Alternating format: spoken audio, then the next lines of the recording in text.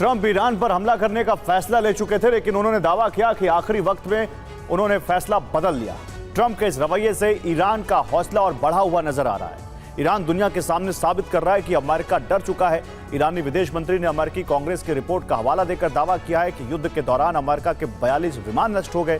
साथ ही ईरान ने दावा किया है कि वो दुनिया का पहला देश है जिसने अमेरिका के स्टेल्थ फाइटर जेट F-35 को गिराने में कामयाबी हासिल की है।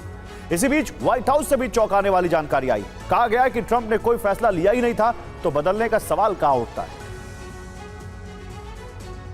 ट्रंप ने मीडिया को बताया है कि ऐसा कतर, सऊदी अरब और यूएई के अनुरोध करने पर किया गया। पहली वजह एक्सियोस की रिपोर्ट है, जिसमें अमेरिकी अधिकारियों का हवाला दिया गया है। अधिकारियों के मुताबिक ट्रंप ने कोई फैसला नहीं लिया था। ट्रंप सिर्फ ईरान पर दबाव बनाने के लिए बयान दे रहे हैं। और ईरान के विदेश मंत्री अरागची ने अमेरिका को बहुत बड़ा नुकसान पहुंचाने का दावा किया है। अरागची ने दावा किया है कि ईरान में अमेरिकी F-35 फाइटर जेट गिरा दिया गया। उन्होंने ये यूएस कांग्रेस की रिपोर्ट का हवाला देकर कहा है। ईरान का दावा है कि वो F-35 गिराने वाला पहला देश बन गया है। ईरान का दावा है कि अमेरिका को 39 दिनों में बहुत बड़ा नुकसान उठाना पड़ा है। अमेरिका के 4 F-15E eagle jet friendly fire के दौरान नष्ट हो गए, जबकि अमेरिका के A-10 थंडरबोल्ट जेट को ईरानी एयर डिफेंस ने गिरा दिया।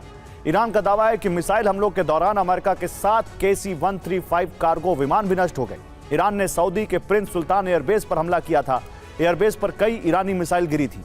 हमलों की वजह से यहां यूएस का जासूसी विमान क्षतिग्रस्त हो गया। हमलों में MC-130J कमांडो विमान भी जल गया था। इस तरह से अमेरिका के कुल 42 ड्रोन और विमान नष्ट किए जा चुके हैं। पेंटागन ने माना है कि अमेरिकी मिलिट्री इंडस्ट्री की कमजोरी उजागर हुई है। ईरान के मुकाबले अमेरिका का ड्रोन प्रोडक्शन बहुत धीमा है। ईरान के पास ड्रोन का स्टॉक है, लेकिन अमेरिका के एयर डिफेंस मिसाइलें बहुत कम हैं। और ईरान पर हमला करने के बाद अमेरिकी हथियारों के स्टॉक में भारी कमी आ गई है। ईरान पर हमले से पहले अमेरिका के पास 4400 जैस्म मिसाइलें भी थी, लेकिन अब सिर्फ 3300 बची हैं। टोमाहॉक मिसाइलों की बात करें तो ईरान पर हमले से पहले अमेरिका के पास 3100 मिसाइलें थी, अब 2100 बची, यानी 1000 खत्म। एयर डिफेंस की भारी कमी है। अमेरिका 2330 पेट्रियट मिसाइलों को लेकर युद्ध में उतरा था, लेकिन अब सिर्फ 1270 मिसाइलें बची हैं। थर्ड एयर डिफेंस की मिसाइलें भी काफी कम रह गई हैं। पहले अमेरिका के पास 360 मिसाइलें थी, लेकिन 170 मिसाइलें रह गई। ट्रंप के खिलाफ 50 वोट पड़े, जबकि समर्थन में 47 वोट डाले गए। वोटिंग में 4 रिपब्लिकन सांसदों ने पार्टी लाइन से हटकर वोट किया। प्रस्ताव का मकसद राष्ट्रपति की सैन्य शक्तियों को सीमित करना है। प्रस्ताव पास हुआ तो ईरान युद्ध के लिए कांग्रेस की मंजूरी जरूरी होगी।